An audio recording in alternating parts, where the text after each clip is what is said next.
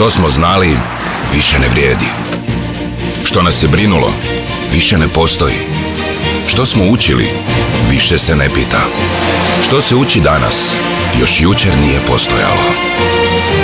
Mi smo čudo evolucije. Znamo sve jezike.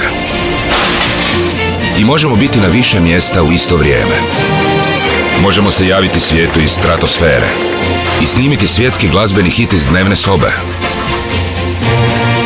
Imamo nove oblike druženja, dijeljenja, navijanja, izražavanja. Mi smo novi oblik života.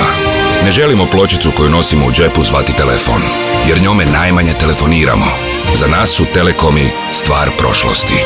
Treba nam netko tko razumije svijet kojem mi već pripadamo. Zato, bye bye telekomi. VIP od danas postaje A1, naš vodič kroz nove oblike života.